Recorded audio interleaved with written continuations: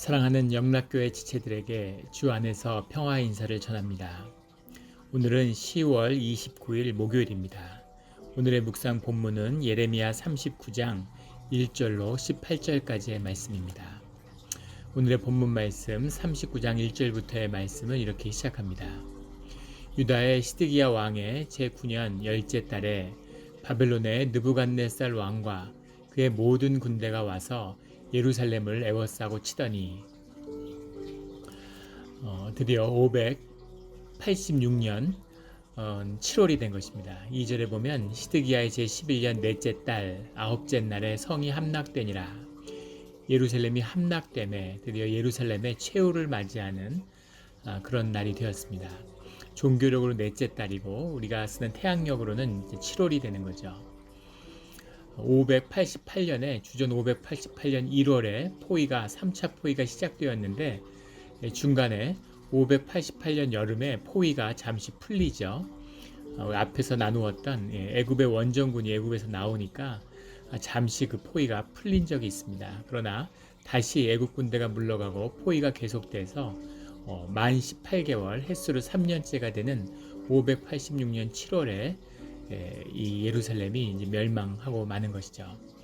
앞에서도 점령당한 때가 있었기 때문에 또다시 그런 점령과 지나가는 피해가를 입는 그런 것으로 끝날지도 모른다는 기대가 있었겠지만 주님이 말씀하신 것처럼 이것이 예루살렘의 마지막이 되었던 것입니다.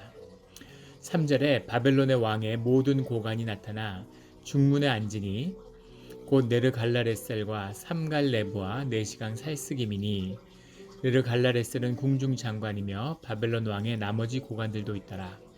이 침략이 굉장히 바벨론이 심혈을 기울인 중요한 전쟁이었음을 보여주는 것이죠.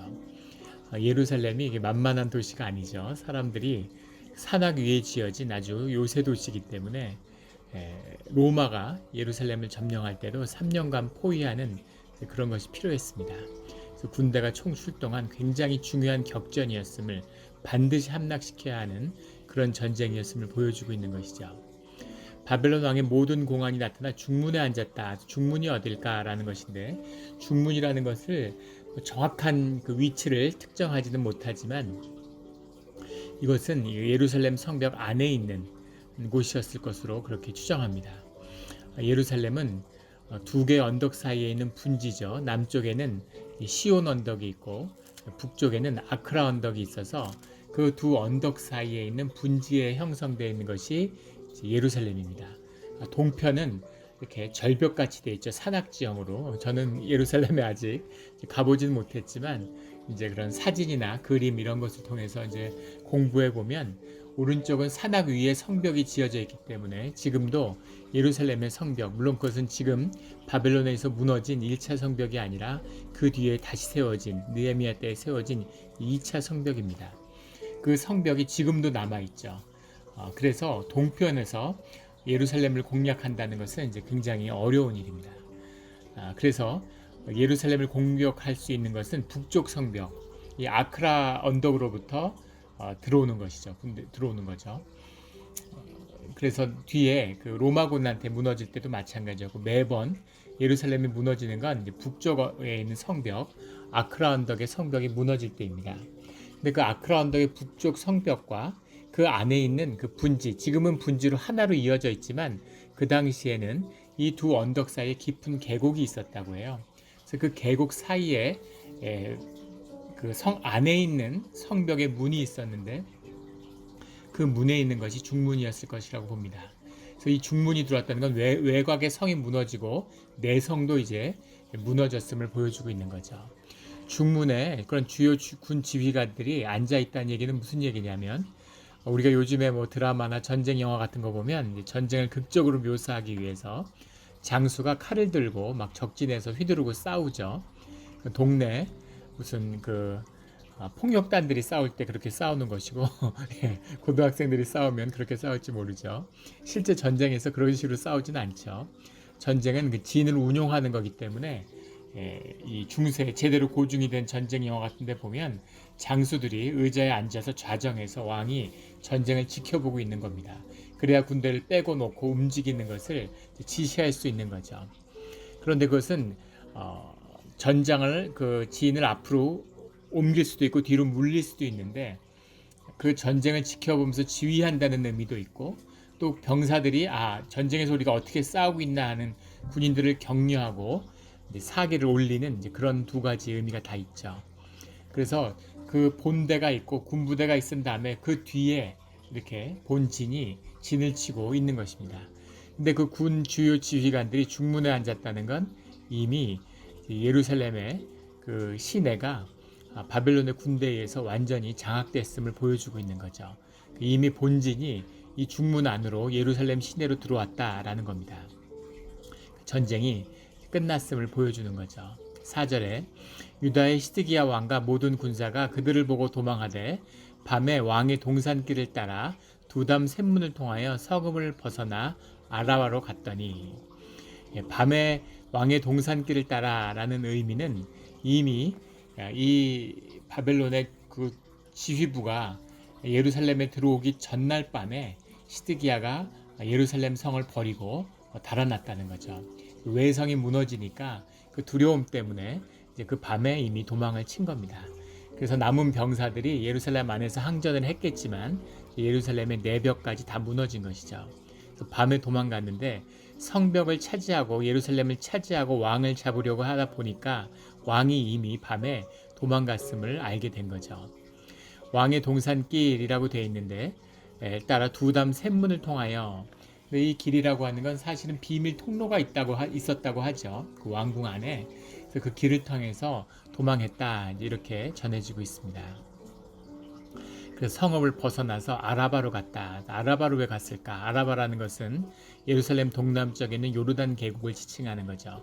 그 계곡으로 향하는 그 평지를 이제 아라바 평야라고 부르는데 이 요르단 계곡 방향에 아라바로 나갔다는 이야기는 아마도 애굽으로 도망가려고 했던 것 같아요. 평지를 통해야만 애굽으로 갈 수 있으니까 말을 타고 애굽으로 도망가는 겁니다.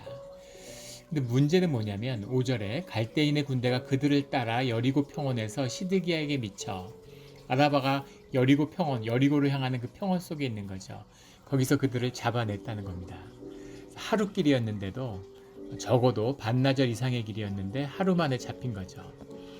문제는 바벨론의 군대는 기병이 주축이라는 겁니다. 메소포타미아에 기반한 대평원지대죠.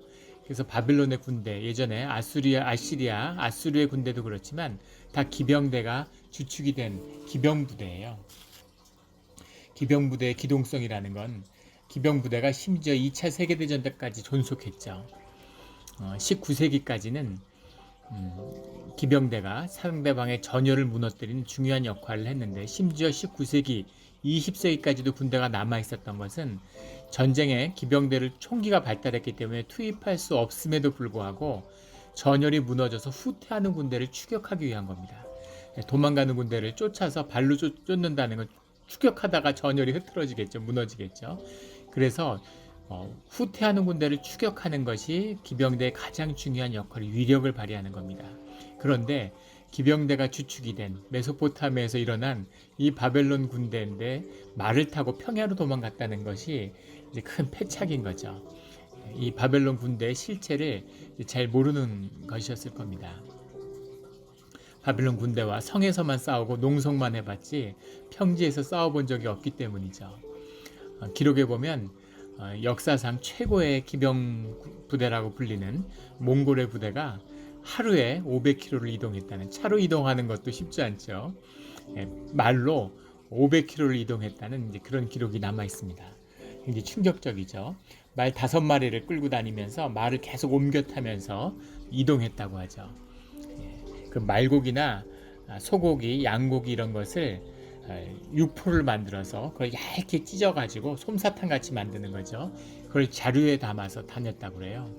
그러니까 그 무게가 덜 나가는 거죠. 빠른 기동을 위해서 무게를 줄이는 겁니다. 그리고 밥을 먹을 땐 그 솜사탕 같이 풀어진 고기 육포를 물에다 끓여가지고 이제 수프 같이 만들어 먹는 굉장히 이제 기병대의 위력이라는 것. 예전에 한 다큐를 봤는데 왜 몽골의 기병이 그렇게 강했을까 하는 것이 이제 역사적인 미스테리죠. 명나라를 무너뜨렸던 만주족의 건주 여진의 그 기병대도 3만 5천 명 정도밖에 되지 않았다고 하죠. 통상 10만이라고 하는데 실제는 3, 4만 명밖에 안 됐다는 겁니다. 3, 4만 명이 수억 명의 인구를 가진 중국을 완전히 유린한 거죠. 조선은 뭐 말할 것도 없죠. 그 앞서서 더 비참한 운명을 먼저 경험했죠. 그래서 기병대가 왜 그렇게 막강했을까? 그 말 한 마리가 8명의 보병을 제압한다고 하죠. 말이 수만 마리가 이렇게 뛰어가면서 상대방을 그냥 유린해 버리는 겁니다. 뭐 칼싸움하고 활 쏠 것도 없이 그런 전략이죠. 그 몽골을 소개하는 다큐멘터리인데 그 10살 먹은 아이가 20도의 겨울에 눈보라 갇히는데 말을 모는 그 모습이 나오더라고요. 그래서 그걸 보니까 누구도 당할 수 없는 몽골의 위력이 저것이었겠구나 하는 걸 실감할 수 있었습니다. 몽골만은 안 해도 바벨론도 역사적인 그런 기병 부대를 지닌 그런 나라였죠. 그런데 광야로 도망을 갔으니 평야에서 얼마나 쉽게 갈대아의 군대가 그 광야에서 어떻게 지표를 잡고 어떻게 말을 몰아서 상대를 추격하는지 도 같은 사람들이죠.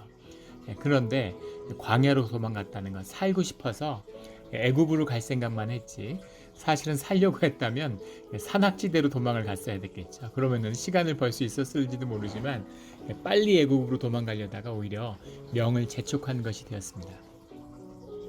갈대인의 군대가 그들을 따라 여리고 평원에서 시드기야에게 미쳐 그를 잡아서 데리고 하마 땅 림나에 있는 바벨론의 느부갓네살 왕에게로 올라가매.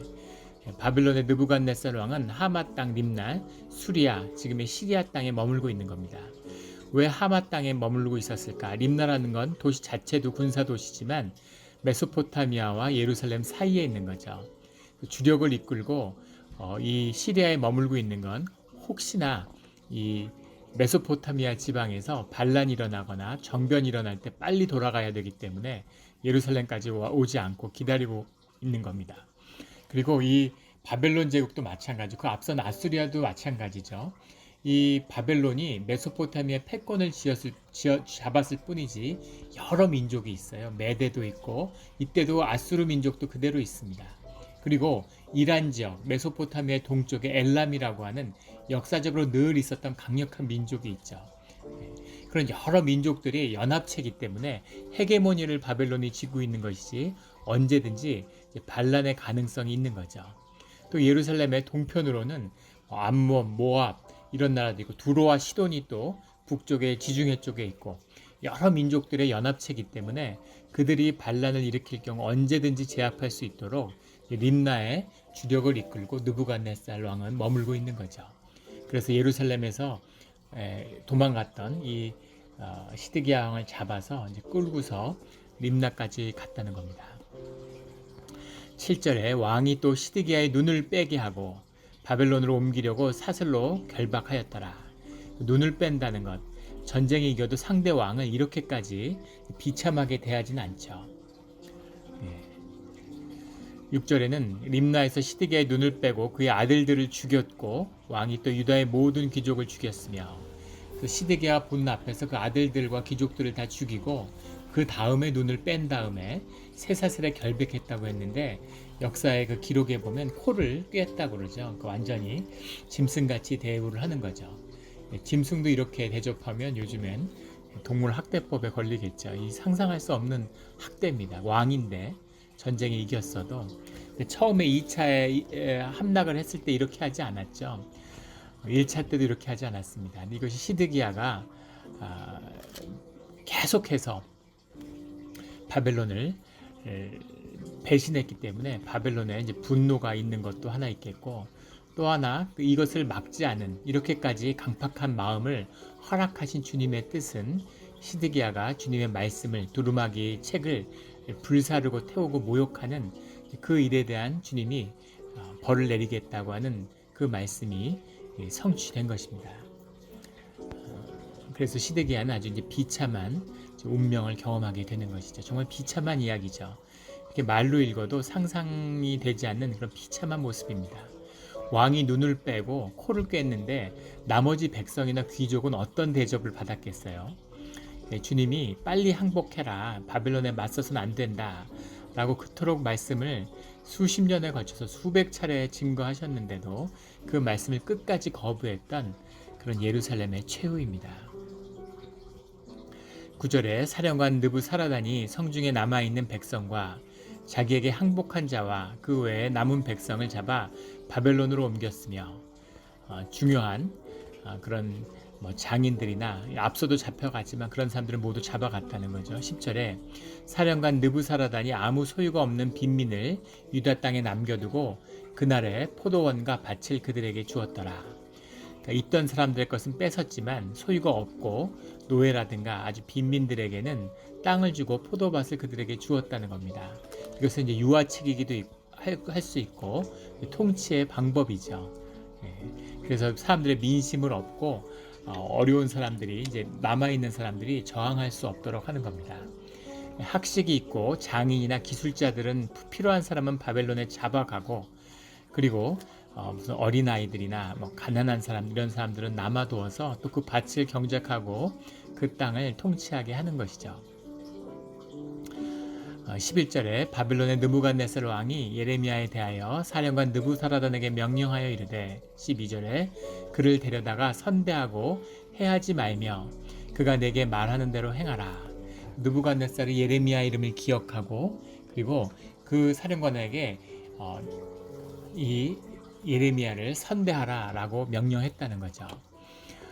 수십 년간 이 말씀을 선포했기 때문에 또 그의 투옥된 이야기 이제 그런 스파이들을 보내서 예루살렘 성내 이야기를 계속 듣고 있었겠죠.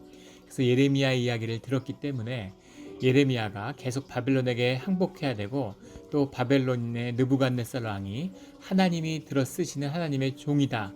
하나님의 사역에 그 쓰임을 받고 있는 것이다 라고 선포하니까 또 바벨론에게도 도움이 되고 그 말이 흡족하고 마음에 들었을는지도 모르죠. 그런데 그것보다 더 중요한 것은 이 망하는 예루살렘의 선지자에게 무슨 큰 관심이 있겠어요? 그리고 그것을 챙긴다는 게 이 와중에 무슨 일이겠습니까? 이것은 하나님의 역사하심인 거죠. 하나님이 예레미야를 지켜주시고 보호해 주시는 역사가 함께 하는 것입니다. 13절에 이에 사령관 느부사라단과 내시장 느부사스반과 궁중장관 느부갈라레셀과 바벨론 왕의 모든 장관이 14절에 사람을 보내어 예레미야를 감옥들에서 데리고 사반의 손자 아히감의 아들 그다라에게 넘겨서 그를 집으로 데려가게 하매 그가 백성 가운데에 사니라. 여기서 논란이 되는 건 집이라는 말인데 그를 집으로 데려가매 그 집이 하바이트라는 집입니다. 어떤 집이 아니라 바로 그 집이라는 거죠.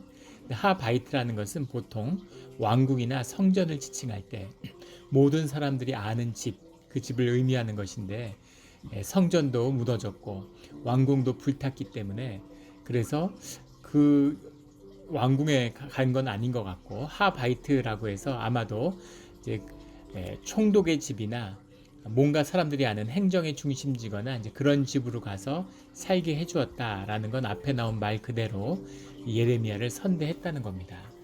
살 수 있는 곳, 집을 불사르고 백성들의 집이 파괴되고 참혹한 참변을 겪었는데 그럼에도 불구하고 예레미야에게는 살 길이 열렸다는 것이죠. 그래서 이 재앙 가운데 주님이 예레미야, 주님의 말씀을 선포하고 그것으로 인해 고난을 받는 삶을 살았던 예레미야를 지켜주셨다라는 그 말씀이 들어있는 것이죠. 또 예레미야를 그 예루살렘 안에 두신 이유는 그 가운데 아직도 예루살렘과 그 남은 백성 가운데 기회가 있음을 의미하는 겁니다. 그 의미가 40장, 41장에 이어지는 것이죠.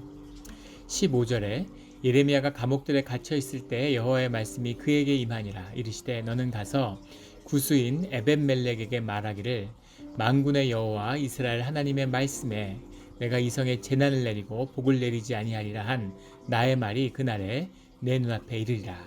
주님의 말씀이 에벤멜렉에게 이미 선포된 말씀이지만 다시 한번 확인해 주시는 거죠. 왜냐하면 에벤멜렉이 주님을 경외함을 가지고 주님의 말씀을 분별해서 듣는 자이기 때문입니다. 우리가 38장에 나눈 것처럼 에벤멜렉이 예레미야를 박해하고 예레미야를 죽이려고 하는 그런 사람들에게 맞서서 예레미야의 목숨을 구하고 또 그 말씀의 진실을 왕에게 추청했던 그런 왕궁의 그런 관원이었죠. 그 구스인, 아프리카에서 온 그 구스인 에베멜렉을 하나님이 말씀을 그에게 분별하여 다시 확인하고 주시는 거죠. 예루살렘은 분명히 멸망한다라는 걸 확인시켜 주시는 겁니다. 그리고 17절에 여호와의 말씀이니라 내가 그날에 너를 구원하리니 내가 그 두려워하는 사람들의 손에 넘겨지지 아니하리라. 그 두려워하는 사람들의 손이 누굴까? 그것은 바벨론이 아니라 유다의 고관들입니다. 유다의 고관들이 이 예레미야를 죽이려고 했는데 그것을 방해하고 가둬놓았던 사람들을 구출한 에벤멜렉을 죽이려고 소시탐탐 노렸겠죠. 그리고 온갖 박해와 협박과 그런 일들을 했을 것입니다. 에벤멜렉이 늘 두려움 속에 목숨의 위험을 느끼고 있었겠죠. 그런데 그들의 손에 너는 죽지 않는다. 내가 너를 지켜줄 것이다 라는 말씀을 주시는 거죠. 18절에 내가 반드시 너를 구원할 것인즉 내가 칼에 죽지 아니하고 내가 노량물같이 내 목숨을 얻을 것이니 노량물같이 목숨을 얻을 것이라는 말씀이 계속해서 나오고 있죠. 어제도 나누었던 것처럼 노량물같이 얻는다라는 것은 내가 뿌리고 내가 키워서 내가 거두는 것이 아니라 그냥 얻는 것이죠. 그게 노량물이죠. 남의 것을 내가 그냥 취하는 은혜로 얻는 것입니다. 그래서 너의 목숨을 내가 은혜로 붙들고 구원해 주겠다라는 주님의 약속이죠. 이는 내가 나를 믿었음이었더라. 이 은혜가 베푸는 이유는 네가 살는 이유는 살아서 증인이 되는 이유는 네가 나를 믿었기 때문이다. 이것이 여호와의 말씀이니라. 이것이 믿음의 비밀입니다. 우리가 하나님을 믿는데 하나님을 믿는다 그러면 믿음이란 무엇일까에 대해서 이제 고민하게 되죠. 예루살렘은 절대 망하지 않아. 나는 주님을 믿어. 이건 믿음이 아니죠. 그것은 맹목이죠. 그것을 영어에서는 구별해서 피데이즘이라고 합니다. 나는 믿어. 나는 믿어. 주님을 믿는 것이죠. 주님을 믿는다는 건 주님과의 관계에서 신뢰를 갖고 있다는 것입니다. 신뢰를 갖고 있다는 건 주님과 동행하는 시간을 함께 해왔다는 거죠. 나는 와이프를 믿어. 나는 남편을 믿어. 부부이기 때문이죠. 부부로 같이 살았기 때문에 부인이 어떤 사람인지 남편이 어떤 사람인지를 아는 거죠. 그래서 남편을 믿고 부인을 믿을 수 있는 겁니다. 상대방이 누군지 모르는데 어떤 사람인지 모르는데 관계가 없는데 나는 믿어. 나는 끝까지 믿을 거야. 이것은 피데이즘이죠. 이거는 하나님을 믿는 것은 페이스죠. 하나님을 길을 따라가는 것입니다. 그래서 믿음, 참된 믿음이 너를 오늘 구원했다라고 주님이 말씀하고 계시는 거죠. 주님을 믿어야 하는 겁니다. 이때를 위한 믿음이죠. 우리가 주님이 보이지 않기 때문에 세상에 숨겨진 섭리가 보이지 않기 때문에 이 영의 역사가 보이지 않기 때문에 심령이 보이지 않기 때문에 우리에게 주님이 믿음을 허락하시는 거죠. 주님의 말씀을 듣고 주님과 동행하면서 주님의 늘 음성을 듣고 분별하는 그 시간이 우리에게 신뢰와 믿음을 주는 것입니다. 그 우리가 주님과 쌓아왔던 믿음이 그 위력을 발휘해야 되는 때가 바로 이때죠. 고난의 때고 광야의 때입니다. 이때 믿음으로 주님을 따라가는 거죠. 주님을 분별하고 주님의 말씀에 순종해야 되는 때입니다. 그때가 바로 이때죠. 이때를 위한 믿음이라. 주님이 이 예루살렘의 성전이 무너지는, 예루살렘이 망하는, 하나님의 거하시는 하나님의 땅, 하나님의 도시 예루살렘이 무너지고 하나님의 집, 여호와의 집, 성전이 불타는데 주님이 그것을 그냥 한 줄로 끝내버리세요. 이미 그것은 하나님의 성전이 아니기 때문이죠. 사람들이 뭐라고 쌓고 뭐라고 꾸미던 하나님이 함께 하시지 않고 머무시지 않는 곳은 그냥 돌무더기일 뿐인 거죠. 그래서 더 이상 성전이 아닌 겁니다. 예루살렘의 성전이 그 400년을 뒤로 하고 무너지는데 주님이 눈도 깜짝 안 하시는 거죠. 아무것도 아닌 일입니다. 근데 이 와중에 그 사건보다 훨씬 길게 구스인 에베멜렉이 주님의 말씀을 분별하고 그 말씀에 순종했던 것, 하나님을 믿었던 것을 하나님이 기억하신다는 거죠. 이것이 우리가 믿는 하나님의 역사입니다. 하나님이 우주를 만드시고 세상을 움직이시는 주님이신데 그 주님이 나에게 무슨 관심이 있으려고, 나 같은 사람, 나의 일상에, 나의 하루에 주님이 무슨 그렇게 큰 관심이 있겠어? 이런 마음이 우리 안에 들죠. 그런데 그렇지 않다는 것을 주님이 오늘 우리에게 말씀하고 계시는 겁니다. 이 유다의 역사에, 이 예루살렘의 멸망에 주님이 한 구수인 황간의 이 믿음, 이 순종을 기억하시고 역사 속에서 영원히 기억될 수 있도록 기록으로 남기신 거죠. 말씀으로 함께 해 주신 겁니다. 이것이 오늘 주님이 주신 말씀의 비밀이에요. 무슨 큰 영광을 보고 세상에 뭔가 굉장한 무언가를 하는 것이 아닙니다. 이 슈퍼노멀이라고 그러죠. 일상의 숨은, 평범한 속에 숨은 위대함을 보는 거죠. 이것이 숨어있는 것의 비밀이고 영적 비밀입니다. 우린 세상에 속고 세상에 눈이 멀어가지고 뭐 세상에서 돈을 벌고 세상에서 성공하고 세상에서 권세를 가지는 게 무슨 굉장한 의미가 있고 대단한 것처럼 얘기를 해요. 그런 사람들 높이고 그런 사람들 떠받듭니다. 근데 그것은 썩어지는 세상의 일일 뿐이죠. 오늘 이 에벤멜렉의 역사, 이런 것이 정말 슈퍼노멀이죠. 귀한 것입니다. 위대한 삶이죠. 주님이 기억하시는, 영원히 기억되는 주님 앞에서의 내 삶의 시간, 내 삶의 순간을 갖는 거죠. 이것이 신앙입니다. 위대한 신앙이란 건 귀하고 존귀하며 위대한 것이죠. 육신의 사람을, 이 악한 인간을, 이 천한 인생을 존귀하게 만들어주는 유일한 길입니다. 이 길의 비밀이 내가 나를 믿었음이라 하는 오늘 주님의 말씀이죠. 이 믿음으로 주님과 함께하는 이 시간, 이 때가 되기를, 이 때의 믿음을 갖는 우리 모두가 되기를, 이 믿음의 말씀을 붙드는, 말씀을 어떻게 대하는가가 우리의 삶을 결정한다는 것을 오늘 에벤멜렉을 통해서 깨달는 우리 모두가 되기를 예수 그리스도 이름으로 축원합니다. 아멘.